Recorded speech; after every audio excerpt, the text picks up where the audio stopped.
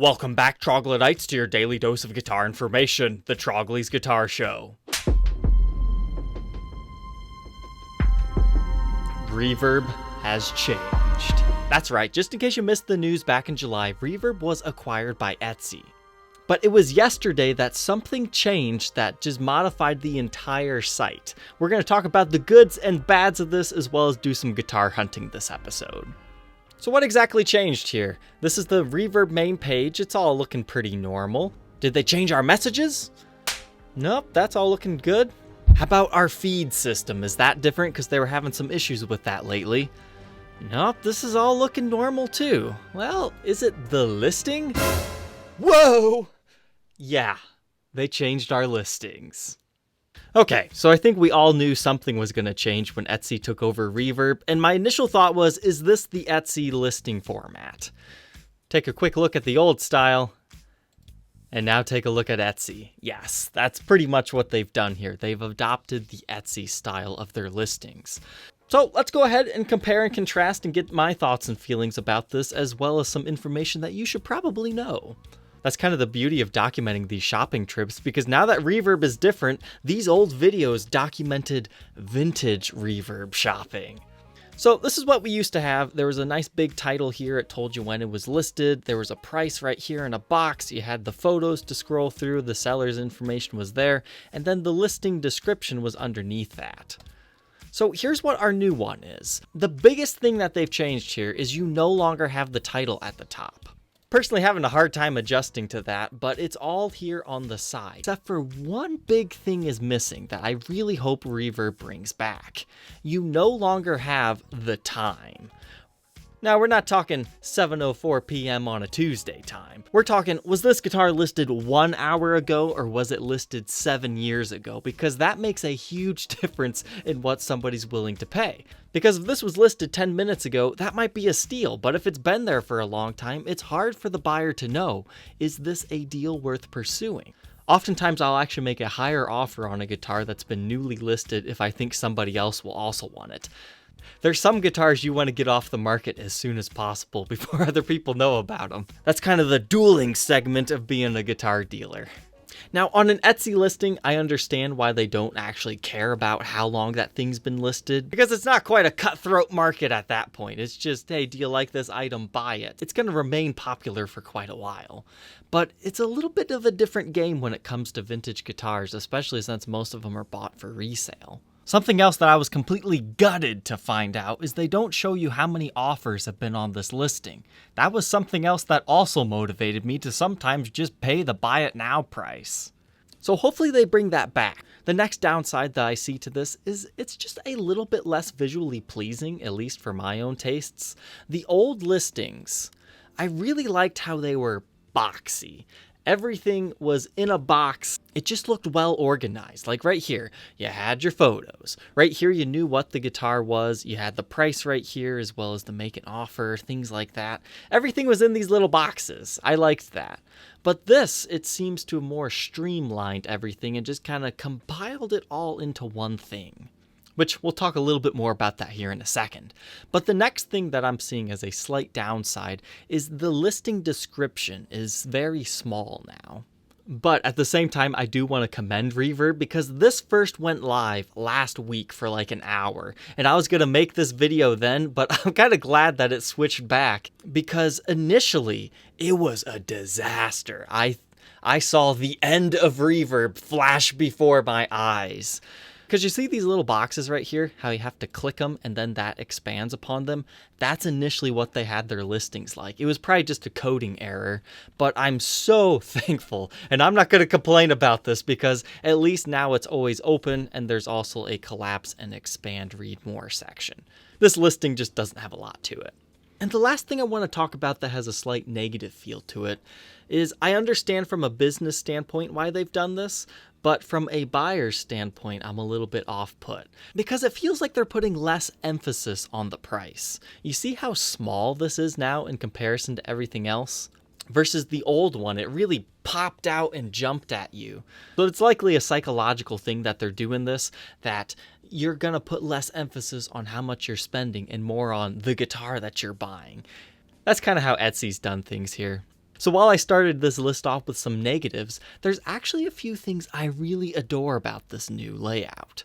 I told you we'd get back to this point. It is more streamlined. While it's not all boxy anymore, you do not have to scroll on this page anymore, and I think that's a valuable asset to Reverb.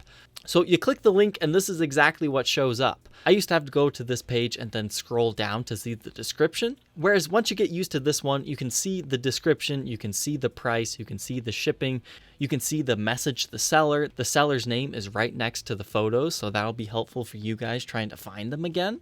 And right here, you also have the price estimate for this guitar. So that could be seen as a good thing, but this next thing, I am just overjoyed. Thank you, Reverb, for doing this. I hated this update when they did this. So right here, you can add it to your cart to just purchase it. Notice that's all in orange. They want you to do that so you just check out. You don't actually make the offer. And the same thing was true on the old Reverb. They would have the make the offer button right here. But if you did not have make an offer present, they switched it to this message seller button that buyers just confuse that for you have to message the seller your offer. So you're trying to sell your $2,500 Les Paul. You are not open to offers. Yeah, you might be haggled down to free shipping, but you get people offering you like $1,800 when you're firm on your price. So I'm beyond appreciative that if you are not accepting an offer, they take that option away and it just becomes a watch button. You see how that one just increases and gets rid of the make the offer option. I mean, you could still message the seller right here. They have that button still, as well as the payment terms and returns, which is probably a good thing as well. That used to be on like a little bar right here.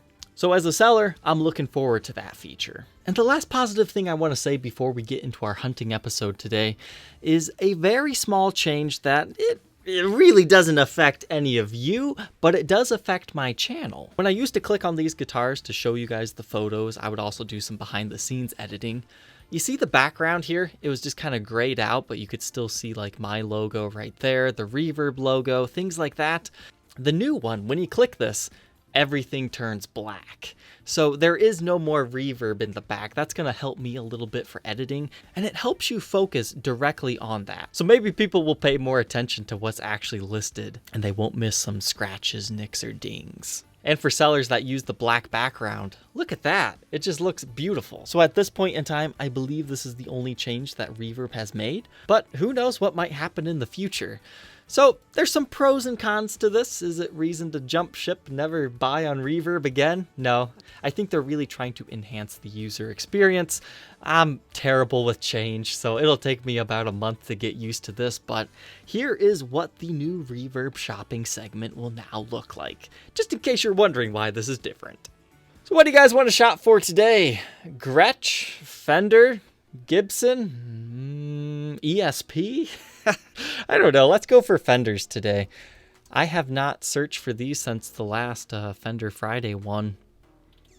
Oh, cool. A tenor telly. I will let you guys know I have purchased a tenor telly, but this thing has just been a big pain in the butt. I kept trying to hunt for a really good deal on one because these things usually sell out instantly because they're just in high demand.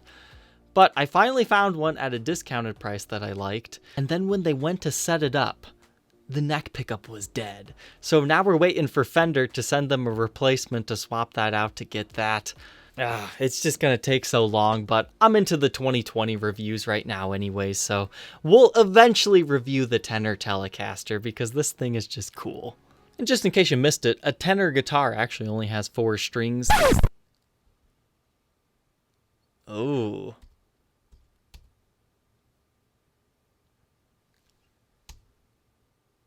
I'm not saying oh to the guitar. I think my internet's pretty fast, but here, click. Wow, that's a huge lag. Hopefully that's not on everything. But anyways, back to this. This is a 4-string guitar. It's just the top strings. They're just kind of a quirky little instrument. They've been making them for a long time, but this is kind of a new resurgence of them. What else catches my eye here? Player Duo Sonic 2020. That's kind of got an interesting vibe to it. Looks like it's a newer model. And other than that, nothing's really catching my eye here. Oh, here's one of those new 70th anniversary broadcasters. I think I have one of those sitting in like one of these boxes back here whenever I get around to unboxing it. We'll have one of those pretty soon, so we won't talk too much about this, but it looks like we have a see-through natural blonde finish. I'll teach you guys some more about this one later. Another tenor Telecaster. There must have been a recent shipment on these guys, because these things like sell out instantly. I mean, it's gotten so bad that some sellers actually list them for way more than the suggested retail price. Like, here's a guy trying to sell a butterscotch one for more than new. And honestly, I think somebody could get $600 for these, but there's some dealers that'll list them for as much as $1,000. I think it's a little bit unprofessional for a new dealer to do that. But on the used market, I really do see these things inflating in price once they're officially out of production. There's kind of a interesting custom shop. What is going on here? Nash Vegas Master Built Fleming limited edition for NAMM in 2007. Looks like they made 5 of these Telecasters. Let's take a look. Okay, so it looks like it's, oh, I see now. It's like gambling and stuff. You've got some cards, and then on the back you've got the dice and bingos. I think this would make a nice display piece in a casino, but as far as wanting to own it, not really super motivated for that, but it looks like you do get a matching amp as well as that's a pretty cool case. I think I like the case artwork better than the guitar. $18,000 if you're interested. Oh, and here's the HM Stratocaster. I believe today was the official launch day of those guys. Somebody did pre-order a white one through me, so we will see a full review and demo. Wasn't my favorite color. I probably would have went with blue. In fact, I actually had that pre-ordered, but then somebody got the white one, so I swapped it up. But the white kind of has a cool Metallica vibe at the same time, so that'll be a fun one. Fender Deluxe Power Telly with Fishman Bridge. What caught my eye about this one, whoa. Do you guys see that neck? Jeez. On a $1,300 guitar, that's like custom shop quality. Did they replace the neck with a warm? Well, custom shop neck. I'm guessing that this guitar is not supposed to have a custom shop neck. Maybe I'm wrong. Is this just a custom shop model in general? Looks like, ooh. Okay, we've got a circuit board and it has to be powered by a battery. Okay, so that's the piezo system. Okay. That's nothing too scary. You've got those knobs on top of there likely to control that. Just in case you're not familiar, a piezo system it kind of gives you acoustic-like tones out of a solid body electric guitar. You can check out my Nickelback signature guitar for more on that. But what is the story of this neck? Okay, yep, without the original neck. And a custom roasted premium maple neck. I don't like to deal with parts casters, but if I was gonna buy a parts caster, that's a pretty nice parts caster. At least it's all original Fender stuff. That was a nice little find. Speaking of finds, in case you are new to Reverb, if you click that link in the description, you can get $10 free to Reverb just to use on your next purchase. And hey, if you actually buy something, I also get $10, so you're supporting the channel. You can also click the link anyways to support my channel because I am a Reverb affiliate partner. Ooh, Jim Atkins. So this is rather embarrassing. When I did my TC90 review, I fell in love with that guitar. But in the whole editing of that, I never realized that the Jim Atkins version was not a double cut Telecaster. I was just looking at all the other stuff that made it what it was, and just happened to miss that this one did not have a double cutaway. So these are set neck Telecasters. I think the TC90, I think that was a Japan-made one. These guys are in Indonesia right now. Somebody put some sort of a mini humbucker in there. That kind of reminds me of the surround that you find on the EB bases. Let's go ahead and do a market analysis on that. So from available listings, that seems to be one of the cheaper ones. I mean, it's got really nice wood grain. I would probably choose that over the red one if I was going to review that new one. But I think the white finish is the new one that was introduced at NAMM. It's okay. I think I'd prefer the natural though. Ooh, 480. I wish I could have got that one. Yeah, seems about 600's about right. So if you're in the market for one of them JA90s, that's a reasonable price with a hard shell case. But you also have to like the mini humbucker they put in. Next up here, it looks like we have a 85 Rosewood Telecaster. These things are pretty cool. I think I've talked about them before in the shopping series. I would like to try this Japanese-made version from the mid-80s. They're a lot cheaper than the real deal late 60s stuff, that's for sure. And the Japanese quality, it is pretty darn good on these Fender guitars. I would say that price is just a little bit high. I think most of these sell in like the 18 to 24-ish range, but that was a pretty nice example. That one's kind of got an interesting design on it. And hey, another one of those pawn shop series. But I don't know about you guys, I'm not really feeling the Fenders today. There wasn't much showing up, so let's shop for a couple of Gibsons here, since I'm a little bit more familiar with those. Oh, nice, nice.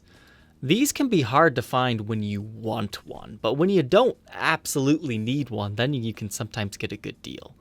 So this is part of the Showcase Edition. It's a very late 80s model. It came stock. That's right, came stock from Gibson's factory with EMG pickups. But what I really love about this one is just the blue color, and it has the prehistoric Gibson logo to them. It looks like this one's been converted to passive pickups, so that means they've also swapped out the wiring in it. Doesn't seem to be in too bad of condition. $16 plus $100 shipping with no offer. That's a little bit high, but that's about like top market value. So somebody that's been looking for one of those, they'll pay that kind of price. Let's see what kind of top is on this Premium Plus. Some of them are really nice, some of them not so much. Not my favorite top. Looks like somebody's using my eBay tape back there. I can't wait to finally be done with the eBay tape. I just purchased so much of it, I just got to get it used up. I prefer the natural finishes on these guys as compared to these darker ones, because the natural finish really lets the flame shine. And that's top value for something like that. That's a pretty cool Switchmaster. I know enough to know what it is, but not enough to truly appreciate it.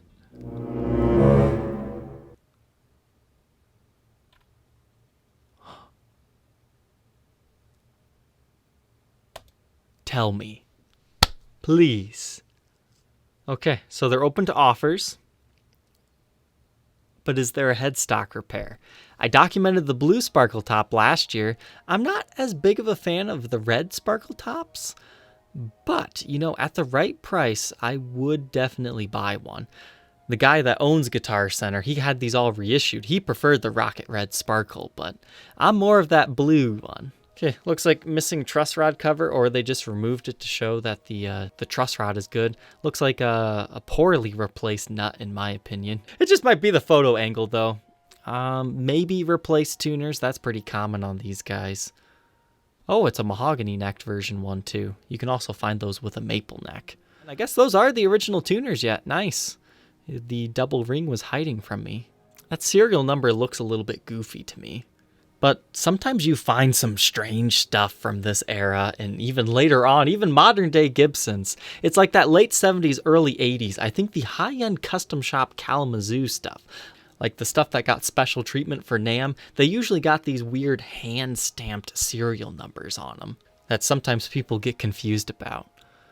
Oh, there always has to be something wrong with one of these things, so it's had a big chunk of its headstock knocked off. I would rather have that than a headstock repair, because you could potentially repair that. I'm definitely going to have to look at the description of that one. Don't worry about this. That is literally just a wood grain line. You see it on quite a few of them. That volute seems really pronounced. Usually these guys, they're just a very small little bump. Well, maybe it's not so bad in that photo. But that's definitely been a replaced nut. It doesn't have the lacquer over it.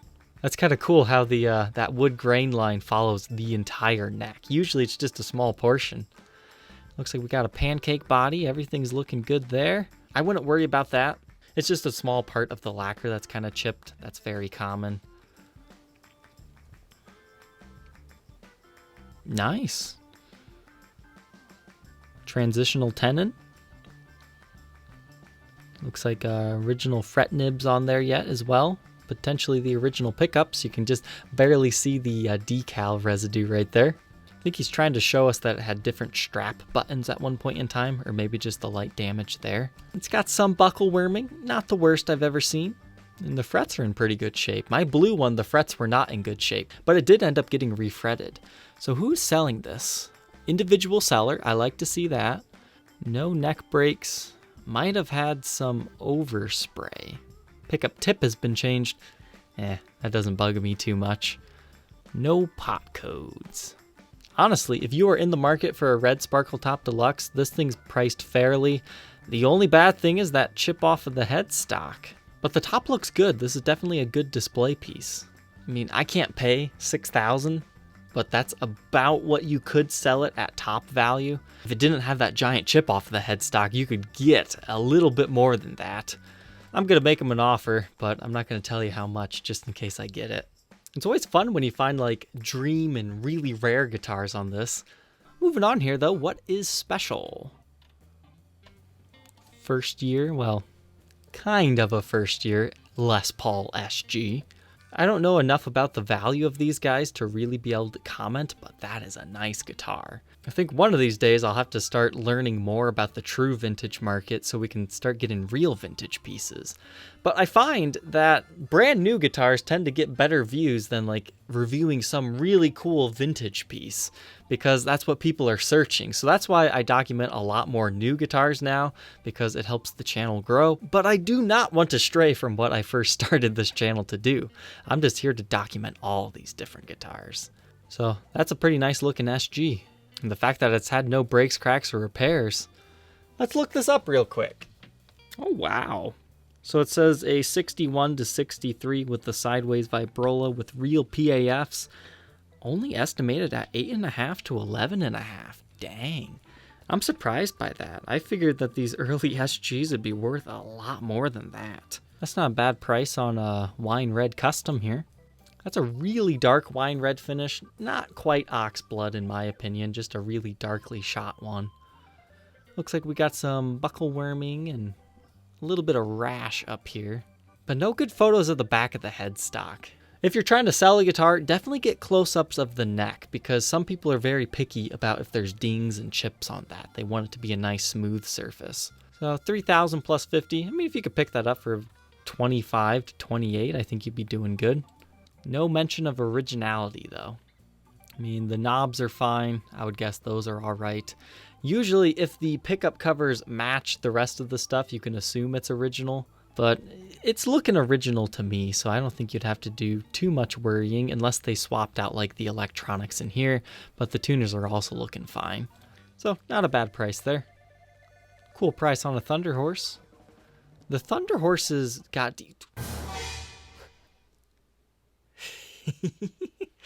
Oh my. I would love, absolutely adore to have something like this on my channel. I don't know how to play a mandolin, but yeah, that's a rare piece.